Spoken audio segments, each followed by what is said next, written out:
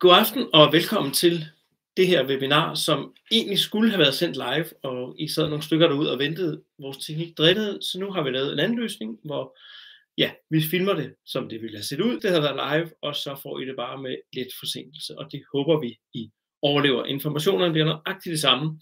Og vi havde faktisk på forhånd besluttet, at den her FAQ, som vi ville lagt ind, hvor vi havde haft mulighed for at stille spørgsmål til sidst, den ville heller ikke have været med i den live udgave, fordi vi oplever som oftest, at de spørgsmål, vi får omkring det med at udgive digitalt, er meget individuelle fra kunde til kunde, og derfor så vil vi hellere, at I henvender til os efter i dag, og så snakker med os på telefon eller på mail, og kommer med de spørgsmål, I måtte have til lige præcis jeres digitale udgivelser.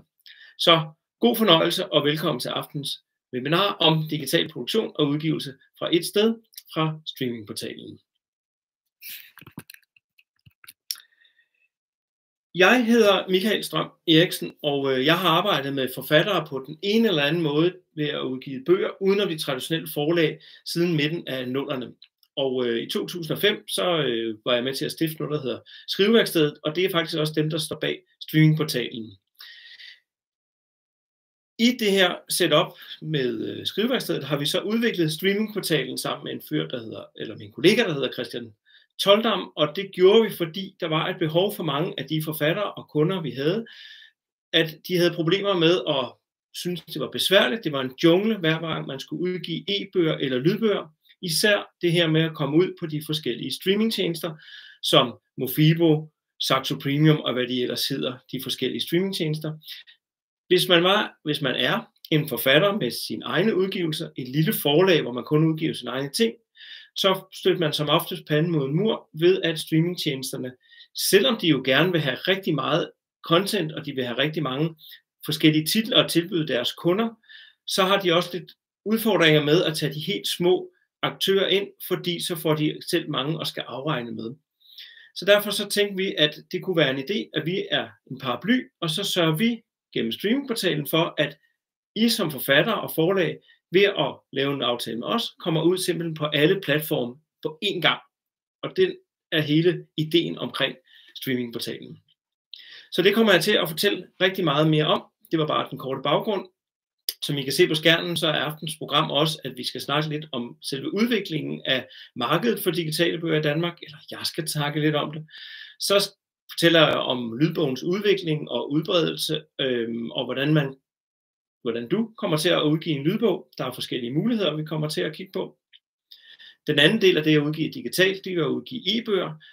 Der skal vi også kigge en lille smule på historien, og hvordan e-bogen har det som medie i dag, og hvilke formater det så er, at man udgiver på, og hvordan man kan få de formater ud, så at det kan komme ud på de forskellige læsere. Og til sidst, så kommer vi tilbage til det med streamingportalen, og går sådan helt ind i at sige, hvordan opretter du det overhovedet? Hvem vil levere vi til? Hvordan leverer vi det? Hvordan får du penge for en lydbog og en e-bog?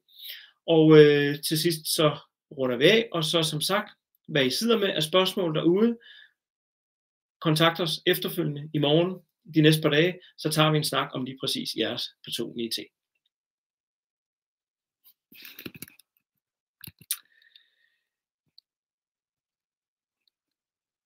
Kort baggrund for streamingportalen, der har jeg allerede været lidt inde på, men lad mig lige gentage, altså det handler om for en tjeneste som streamingportalen, det er at give jer forfattere, forlag, lettere adgang til de mange streamingtjenester, der findes derude for lyd- og e-bøger. Det handler også om, at vi vil gerne hjælpe med produktion af både lydbøger og e-bøger. Så har vi det princip, at hos os, så går alt den royalty, der kommer ind, altså alle de penge, der kommer ind for stream, de går tilbage ubeskåret til forfattere og forlag, og så vil vi gerne gøre det i en meget prisbillig løsning, og det vender jeg også tilbage til, hvad det så koster at gøre tingene gennem streamingportalen.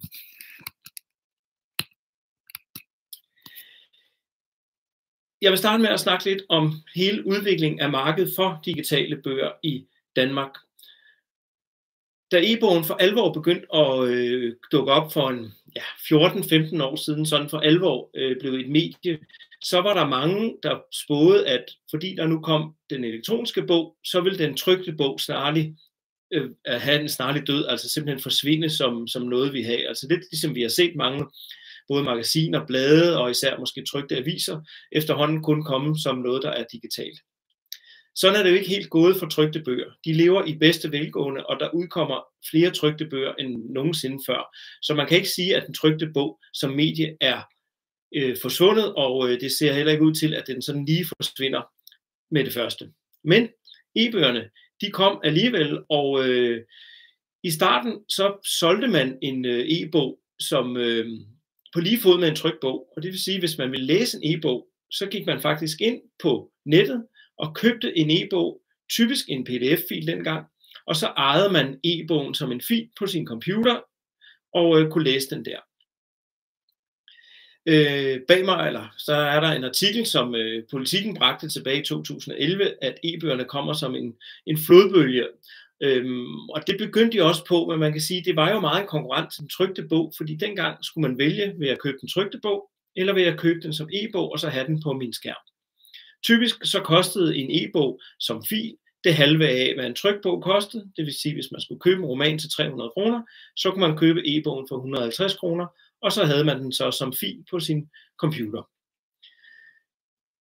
Dengang, der var det meget en pdf-fil, og det vil sige i princippet den samme fil, som bogen var trykt efter, og så havde man den en til en på sin skærm, med de begrænsninger, det så gav i forhold til, at man skulle bladre i den og se tingene på en skærm, men det man så, det var faktisk det samme, som man så i den trykte bog.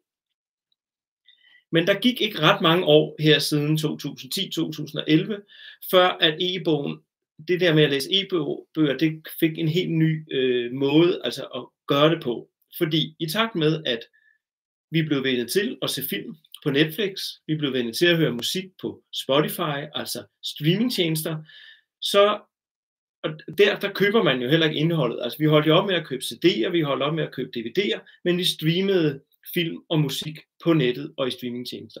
Og så var det ganske naturligt, at e-bøgerne begyndte at finde samme måder at komme ud til, og snart efter også lydbøgerne, de går også med ind på de streamingtjenester. Så pludselig, så i stedet for at købe en digital fil på nettet, så kunne man betale et månedligt abonnement til en streamingtjeneste, og så får man pludselig adgang til 10.000 vis af bogtitler, og det siger sig selv, at det var meget populært allerede fra dag 1, og i dag så er der en 7-8 streamingtjenester på markedet alene i Danmark, og det er streamingtjenester, som jeg nævnte før, Mofibo, Storytel, Saxo Premium, Nextory, BookBeat, Bookmate og et par andre stykker. Og som forfatter, så kunne man så sidde med sin bog, der nu kom ud på en streamingtjeneste, altså sin e-bog i starten, og så lydbøgerne senere, og måske føle, at lige pludselig, så fik man ikke så meget for det, som man gjorde engang.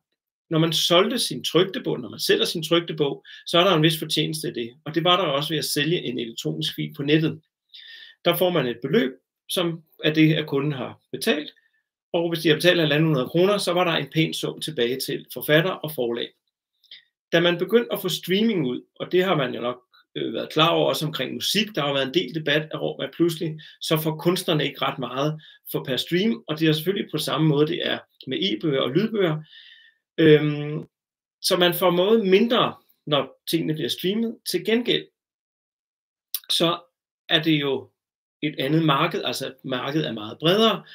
Der er rigtig mange flere, der streamer e-bøger og lydbøger, end der købte dengang filerne var sådan nogle filer, man skulle købe på nettet. Så markedet er blevet meget større. Der er mange flere læsere og lyttere derude, end der var tidligere. Og det kan selvfølgelig være med til at veje op for, at man får lidt mindre hver gang en bog bliver streamet eller bliver lyttet. Hvor meget man får som streaming, det skal jeg nok også snakke om lidt senere, så det vender jeg frygteligt tilbage til. I Danmark, så har vi ud over de her streamingtjenester, som jeg har nævnt, altså dem, vi kalder de kommercielle streamingtjenester, det er lidt specielt, fordi vi har noget, som mange af jer måske kender, nemlig det, der hedder e-reolen. E-reolen er bibliotekernes streamingtjeneste, og der kan alle borgere i princippet gå ind helt gratis med deres, ligesom de kan gå ned på det fysiske bibliotek og låne en bog, så er det også muligt at gå på e-reolen og låne en bog helt gratis og læse den. Og der ligger jo rigtig mange lydbøger og e-bøger inde på e-reolen. Det kan man sige, at de kommercielle streamingtjenester, de betragter jo e-reolen lidt som en unfair konkurrence, men både som bruger af e-bøger og lydbøger, men også som forfatter og forlag, er det en kæmpe fordel, at der findes noget, der hedder e-reolen. Fordi e-reolen afregner nemlig også hver gang der bliver streamet. Det er ikke sådan, at man ikke får noget for det som forlag eller forfatter. Man tjener faktisk et beløb, hver gang nogen læser en e-bog eller lytter ens lydbog på e-reolen.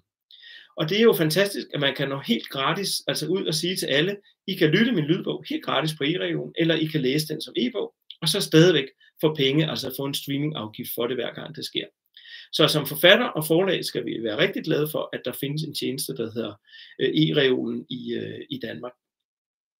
Der er selvfølgelig den forskel på e-reolen, bibliotekernes streamingtjeneste og de kommercielle streamingtjenesterne, at hos e-reolen, der sidder der det, der kaldes et materialeudvalg, og vælger, hvilke titler, der skal ind i deres tjeneste.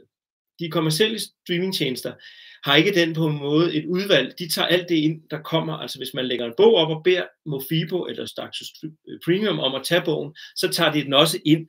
Og der kan være noget, hvis ikke man overholder nogle rettigheder, og der kan være noget omkring noget erotisk indhold, men som udgangspunkt, så tager de 99% af alle de bøger, de får mulighed for at tage ind i deres tjenester. Dem vil de også gerne have. Der kigger e-reolen lidt mere på, om bogen har en relevans. De kigger på, hvis der er en trykt bog bagved, om den er solgt til de fysiske biblioteker. De kan også kigge lidt på, om der er kommet presse på den bog, man sender ud. Så der sidder altså et materialeudvalg og skal vælge at få bøgerne ind på e-reolen. Vores oplevelse er, at rigtig mange bøger bliver antaget på e-reolen, og har man nu ikke det held til at blive antaget i første omgang, så er der også mulighed for, at man skriver til det materialeudvalg og ligesom argumenterer for, hvorfor lige præcis din bog, e-bog eller lydbog, skal ligge på e-reolen. Og der har vi en god oplevelse af, at de er til at kommunikere med, og mange gange kan man ved at argumentere for, eller vise, at man måske har fået en masse medieomtale, eller der er interesse for bogen, komme med på e-reolen. Så det skal man gøre en indsats for, fordi det er et rigtig godt sted at ligge med sine e-bøger. Det der med, det er gratis som bruger at læse alt, hvad man vil på e-reolen, det er også, skal jeg lige skyde ind, måske lidt en sandhed eller en modifikationer, fordi hvis man har adgang til en kommerciel streamingtjeneste, man betaler måske 89 kroner om måneden, så kan man læse og lytte alt det, man har lyst til. E-reolen har nogle begrænsninger, og det kommer lidt an på, hvilken kommune man bor i, men for eksempel her i Københavns Kommune, hvor jeg sidder, der er det sådan, at man maks kan låne 5 e-bøger eller lydbøger om måneden, så den enkelte bruger har ikke bare sådan fuldstændig fri adgang, så der er sådan lidt begrænsninger i forhold til, at det ikke skal være helt unfair konkurrence i forhold til de kommercielle streamingtjenester. Det synes jeg lige er vigtigt at få med. Ja, det var lidt om alt det. Nu skal jeg lige finde ud af at skifte her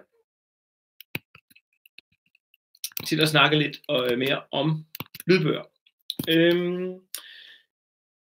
E-bøger var jeg lidt inde på at komme frem der for 13, 14, 15 år siden, sådan for alvor. Lydbøger er jo på den anden side ikke en ny opfindelse, ligesom e-bøger er. Altså lydbøger har jo eksisteret i rigtig mange år. Tilbage, da jeg var barn tilbage i 70'erne og ung i 80'erne, så var lydbøger noget, man kunne gå ned og låne på biblioteket, og så fik man en ordentlig stak kassettebånd med hjem og kunne sætte det med sin båndoptager, og så lydbøger der. Og ganske naturligt har lydbog jo også i mange årtier været en service til svagtseende og til blinde, fordi de på den måde kunne få adgang til litteratur. Det var dog langt fra alle titler, der udkom som lydbøger på det tidspunkt. Og det samlede antal brugere, tænker jeg, også har været minimalt i forhold til, hvor mange der lytter lydbøger i dag. Da streamingtjenesterne så kom til, som jeg var inde på før, så begyndte lydbogen som medie for alvor at tage fart og komme ud til mange flere. Og det kom det også sådan samtidig med, at podcast blev mere og mere udbredt. Vi blev ligesom vendet til at lytte til forskellige ting. Og det vil sige, at lyd er det, man populært kunne kalde det nye sort, og fordi det er jo noget, man kan gøre. Man kan lytte til en lydbog, man kan lytte til en podcast, mens man laver alle mulige andre ting. Du kan vaske bil, du kan gå en tur med hunden, du kan ligge i din seng og slappe af, uden at skal ligge med en bog, eller ligge og læse og bruge øjnene. Det er en helt anden måde at opleve en litteratur på, og det er både faglitteratur, og det er skønlitteratur, det er digte, det er alt mulig form for bøger, og det er stort set, i hvert fald også for de store forlag, det er ikke mange ting, der ikke udkommer som lydbøger i dag, fordi det er blevet sådan et kæmpe marked. Det er faktisk sådan, at de senere par år, især efter corona, eller under corona, tog lydbøger fart, og i dag bliver der lyttet flere lydbøger, end der bliver læst e-bøger. Det er jo ret interessant, at lydbøgerne de sådan har slået an på den måde. Der var en undersøgelse fra eReolen, altså bibliotekernes streamingtjeneste, som jeg talte om før, som viste, at 80% af dem, der lytter til lydbøger, faktisk aldrig læser eller låner en bog på bibliotekerne eller på eReolen, altså som e-bøger. Og det vil sige, at lyttere er en helt anden målgruppe, og det er også derfor, det er så interessant at tænke i at udgive på lyd, fordi man faktisk når en anden målgruppe, end man ellers ville have nået, altså en større målgruppe, end man når med sin trykte bog. Der er også tit, der er også det, der viser, at en lydbog eller en e-bog har meget længere levetid, end hvad trykte bøger har. Hvis man har en roman, man har så lavet den som trykbog, så har den måske en levetid, hvor man oplever, at der er salg i den på 3 måneder, 6 måneder, og så kan man godt mærke, at interessen for den trykte bog daler.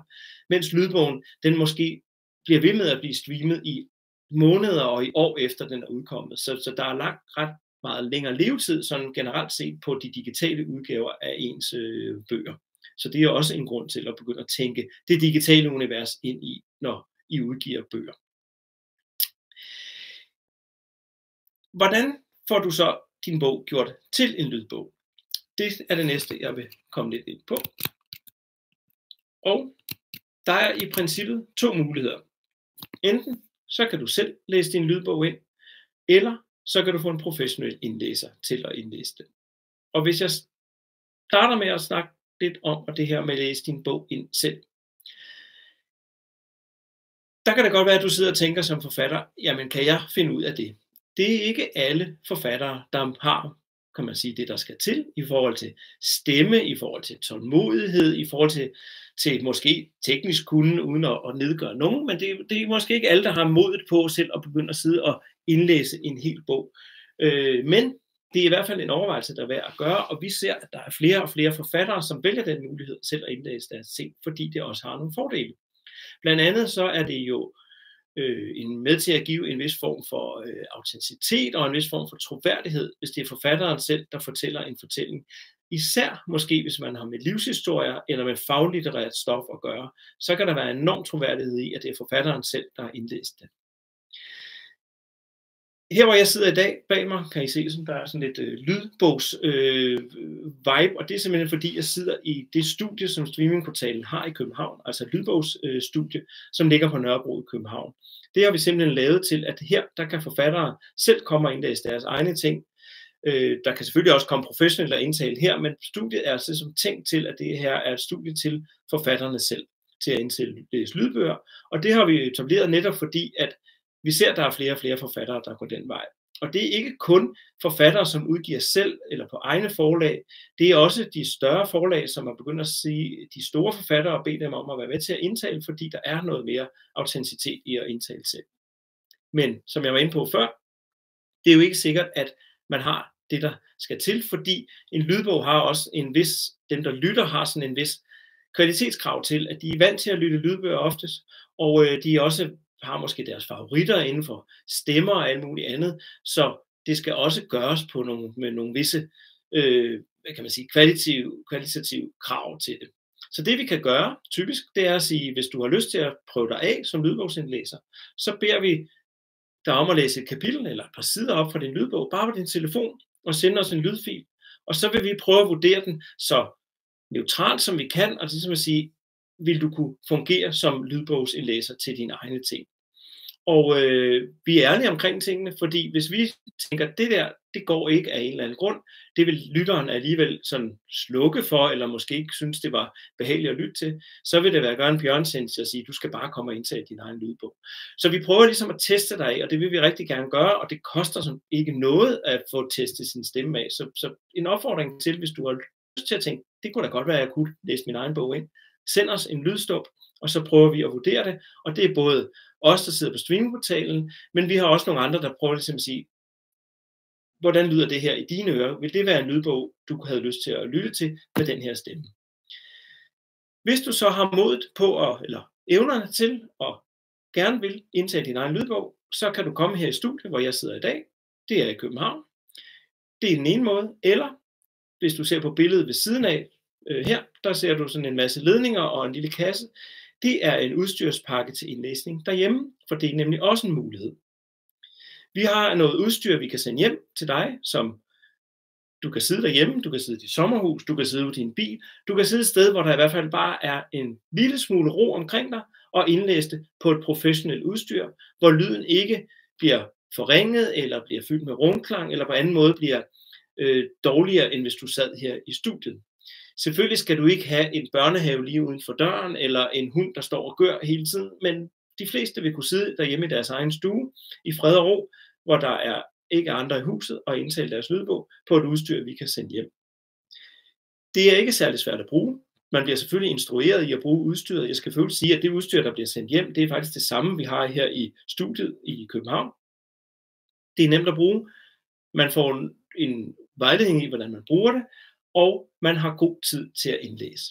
Noget af det, der er vigtigst, når man læser lydbøger, det er nemlig, at man har god tid til det. Så uanset om man kommer i studie hos os, eller man har udstyret derhjemme, så læser man måske 2 timer max på en dag, eller måske 3, men man sidder ikke og læser en bog ind på 10-11 timer en gang, fordi det løber man sur i. Så det der med at have god tid, når man læser lydbøger, det er ret vigtigt. Så udstyret, det har man derhjemme, 14 dage, 3 uger, hvor længe man nu har brug for det. Kommer man ind i studiet hos os, så får man den tid, der skal til, og det koster hverken mere eller mindre, uanset hvor lang tid man bruger til en lydbog. Når du så er færdig med at indtale din lydbog, så er der en tekniker, der bagefter laver det, der hedder mastering på lydfilerne. Og det handler simpelthen om, at man går ind og ensarter lyden. Det kunne være den ene dag, at du havde haft mikrofonen en lille smule tættere på munden end den anden dag. Det kunne også være, at din pitch, altså stemme, var blevet lidt for høj. Det kan også være, at man sidder og smasker en lille smule, eller trækker vejret tungt ind imellem sætningerne. Alt det er noget, vi efterredigerer bagefter, så man får en rigtig lækker lydoplevelse på fuld højde med de, kan man sige, professionelle, der sidder og indlæser i lydbogsstudier rundt omkring. Så det er nemt at gå til teknisk, det er nemt at arbejde med, og produktet er meget professionelt, når det er færdigt. Så hvis du har modet, så synes jeg, at du skal teste dig selv af som selvindlæser, og tage en snak med os om, hvad mulighederne er, og om du skal komme hos os, eller du måske skal have udstyr hjem, og vi hjælper dig naturligvis på vej. Noget af det, der ligger i at indtale en lydbog, er jo for eksempel også at se på, hvad skal jeg gøre, for eksempel hvis jeg har en fagbog, at der kommer nogle billeder, eller der kommer nogle faktabokse. Alle lydbøger, der skal indlæses, der starter vi med at lave et møde omkring det. Altså simpelthen, vi kalder det lydmøde, hvor vi snakker bogen igennem og siger, hvordan skal du forholde dig til de forskellige elementer.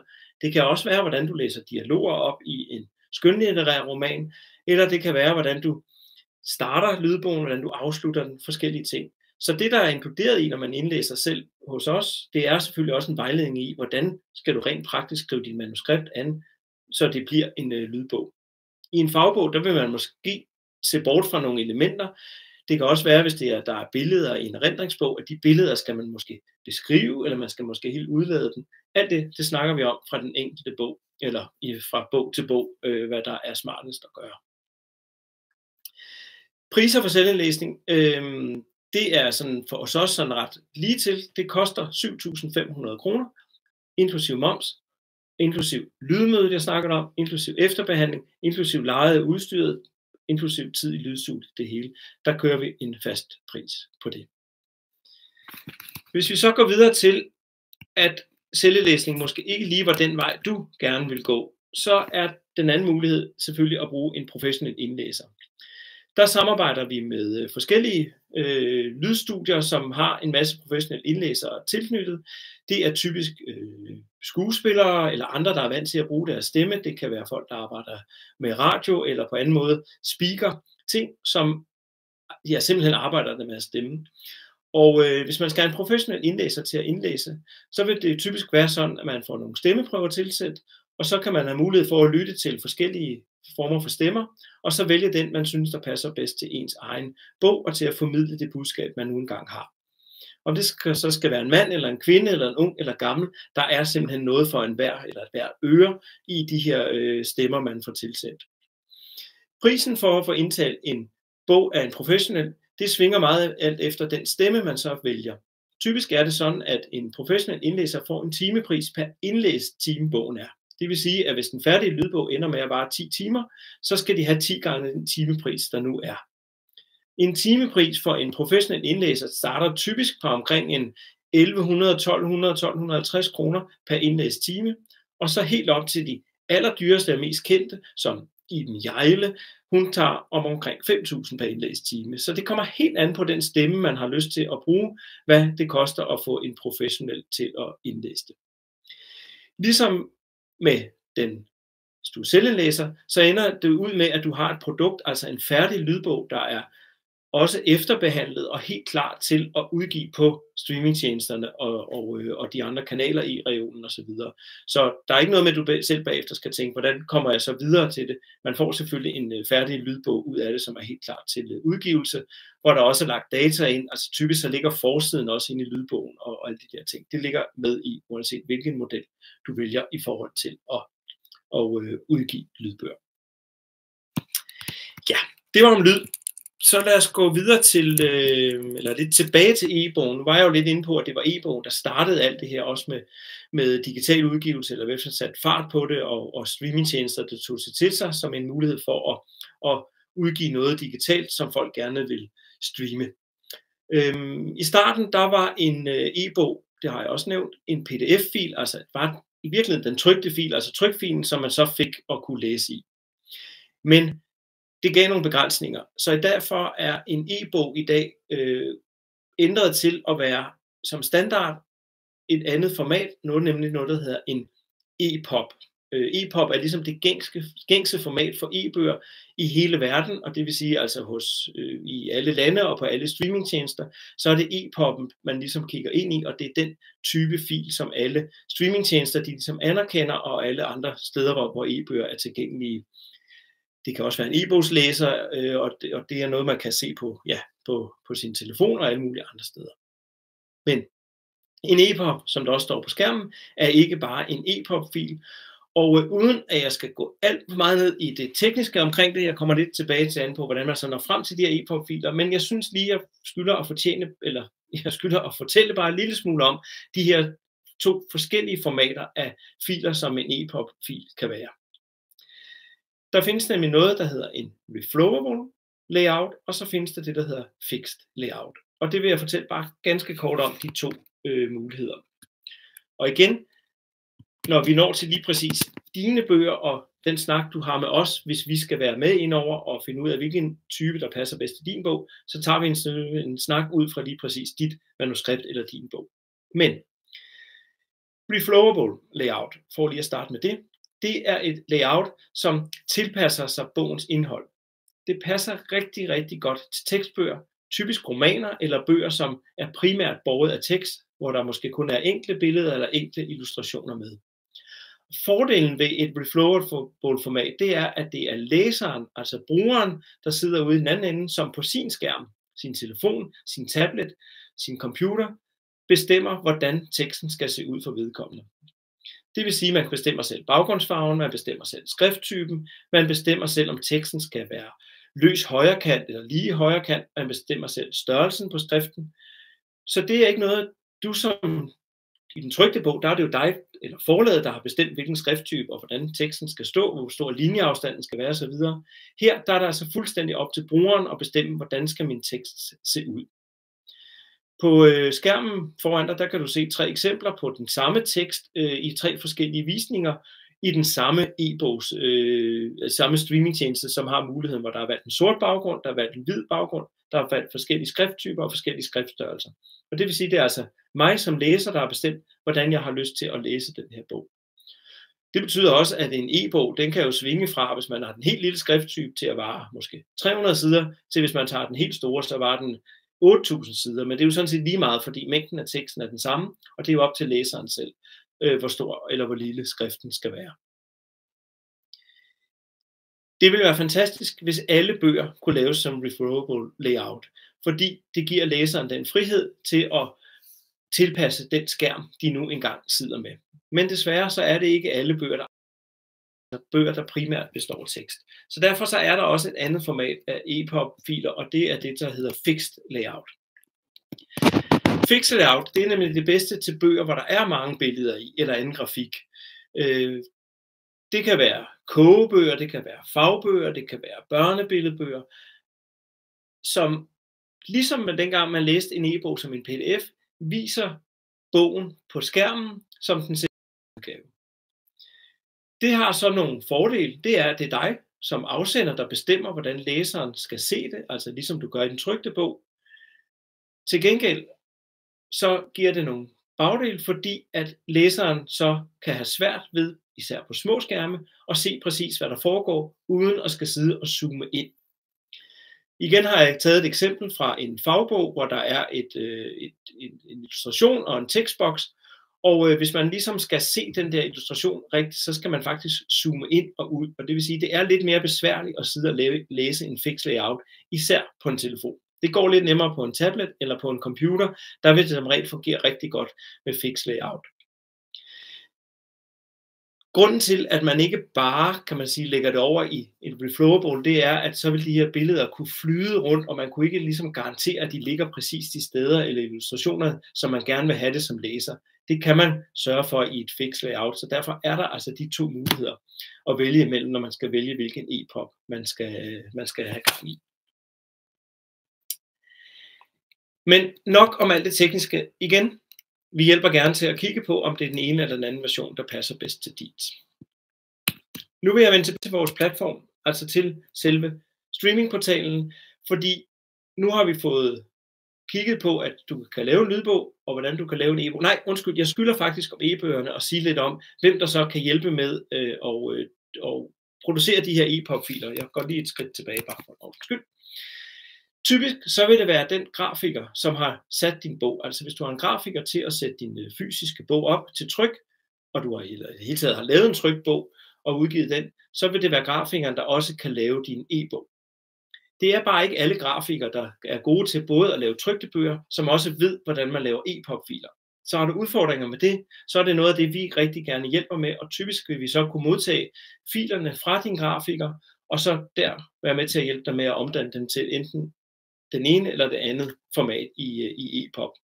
Men snak altid med den grafiker, der har lavet bogen, fordi det er altid dem, der kender alle detaljerne ned i den bog, der er sat.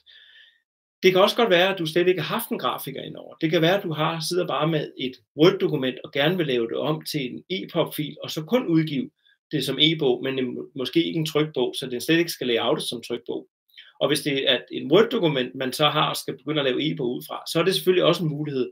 Og det gør det tit og ofte nemmere, end hvis man skal sidde og tage hensyn til noget, der er lavet i en trykbog også. Så der er ikke noget krav om, at der skal have været en grafiker over ind for at begynde at lave en e-pub-fil. Og det er en af de tjenester, vi så også tilbyder på streamingportalen.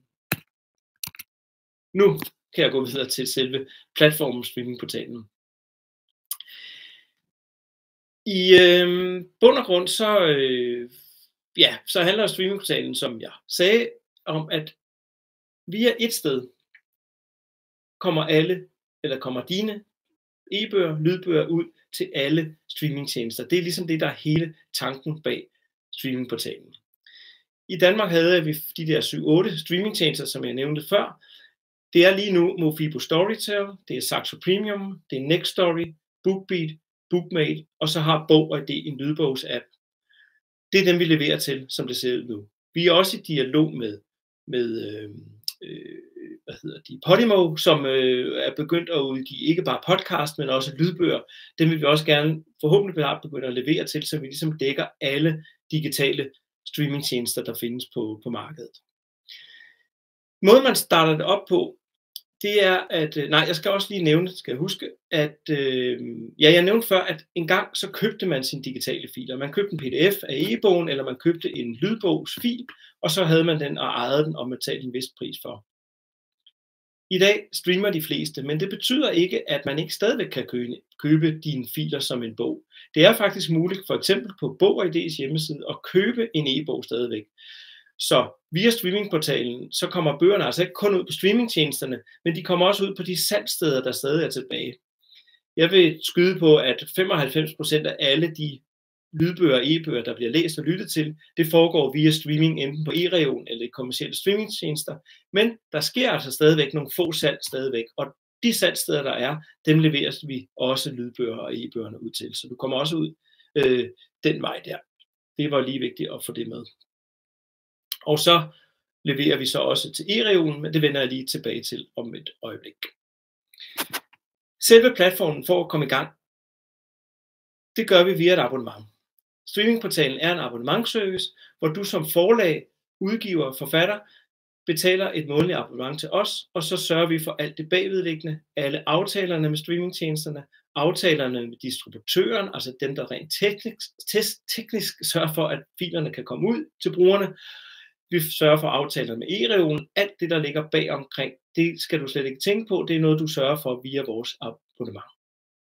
Som du kan se på skærmen, så er der forskellige priser på et månedligt abonnement, og det pris, den kommer an på, hvor mange titler du har på streamingportalen, som vi skal levere ud til streamingtjenesterne og de andre steder.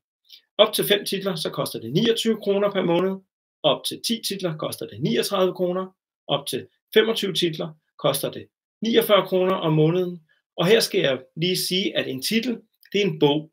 Så hvis bogen både er kommet som e-bog og lydbog, så er der altså kun én titel, at det tæller hos os. Hvis du sidder derude og repræsenterer et forlag, som udgiver andre forfattere, og måske har rigtig mange e-bøger og lydbøger, som du skal have ud på streamingtjenesterne, så skal man tegne det, der hedder en forlagskonto, som koster 199 kroner om måneden, og så er der så ingen titelbegrænsninger. Man går i gang simpelthen med at oprette sig som bruger, simpelthen en brugerprofil. Det koster ikke noget. Man kan godt tilmelde sig streamingportalen og lave sin brugerprofil uden at aktivere sit abonnement. Det vil sige, at man kan komme i gang, og man kan få adgang til at se nogle flere ting, og man kan lægge titler ind. Det er først det øjeblik, du er klar til at udgive, at du aktiverer abonnementet og går i gang med at betale til os. Så der er ikke noget vejen for ligesom at sætte det i gang. Vi skal selvfølgelig have nogle stamdata. Det er sådan en klassisk brugerprofil, hvor du skal udfylde navn og adresse, og hvilket er dine oplysninger, mail og telefonnummer osv. Og her er det vigtigt at sige, at du behøver ikke at have et firma for at udgive gennem streamingportalen. Du kan godt gøre det via som personligt. Så oplyser man dit CPR-nummer, og så betyder de indtægter, man får, altså B-indkomst. Hvis man er et firma, så vil det typisk være via faktura, at man så får afregnet, når man så får penge fra streamingtjenesterne. Men bare for at sige, at det her er altså både for private og for jer, der sidder derude og har et CVR-nummer til jeres forlag. Begge dele er muligt.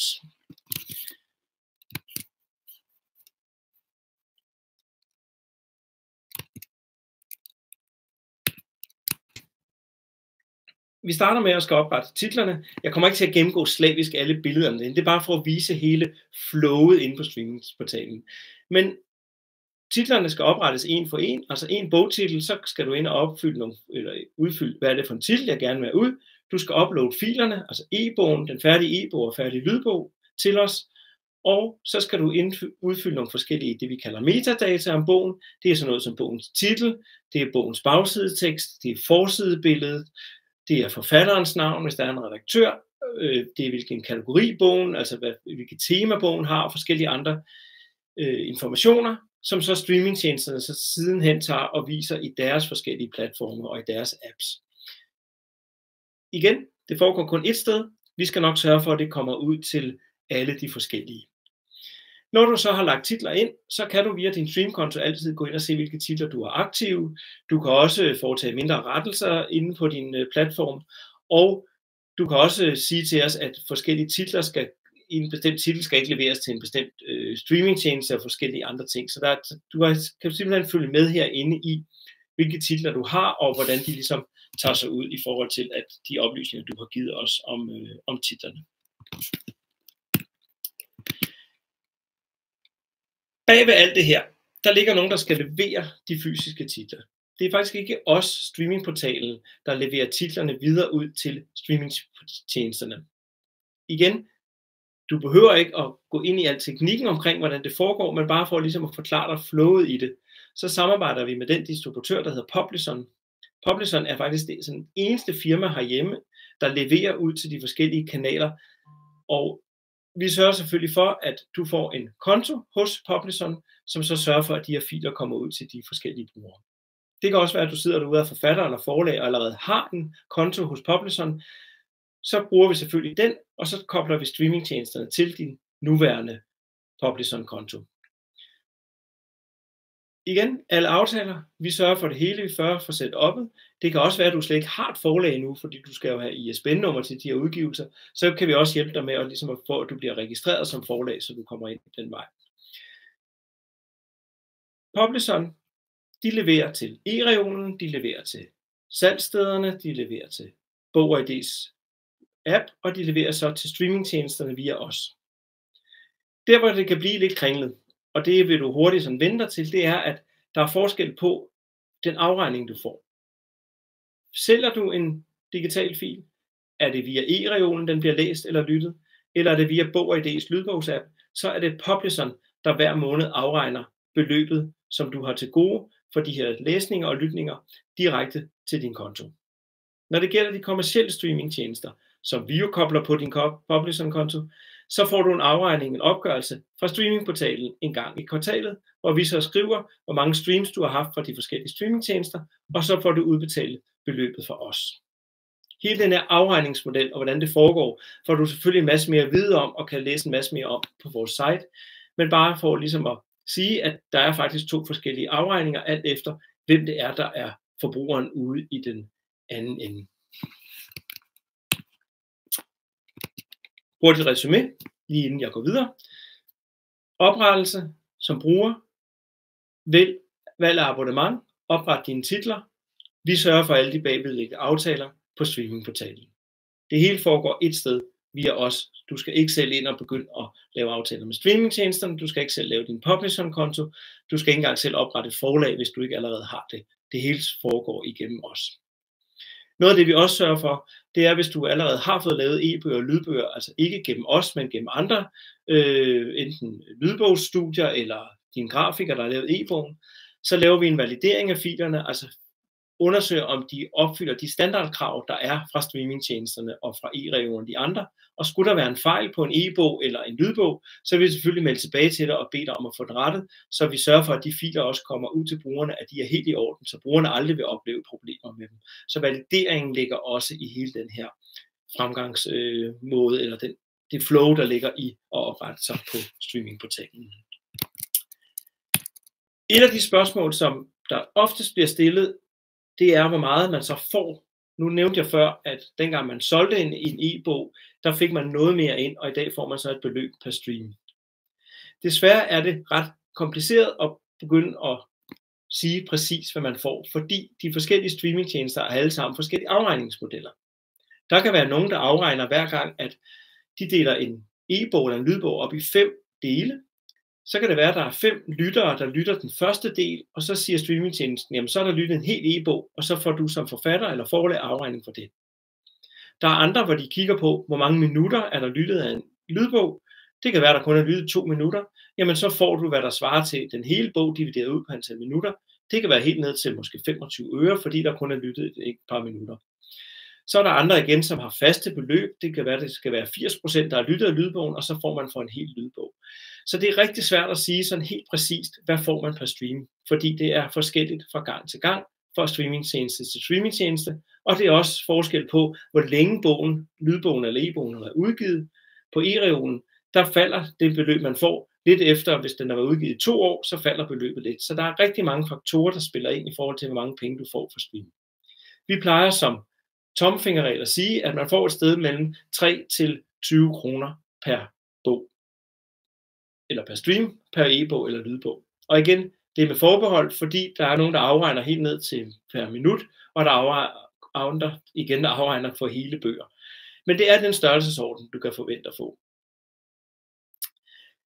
Du vil begynde at se det, når du får opgørelsen, og så vil du få et bedre indblik i det, men vi giver dig faktisk også, i forbindelse med, at du opretter det og begynder at udgive det, så sender vi til dig sådan et lidt streamingtjeneste for streamingtjeneste, hvordan deres afregningspolitik er, så du kan få et lidt bedre overblik over det.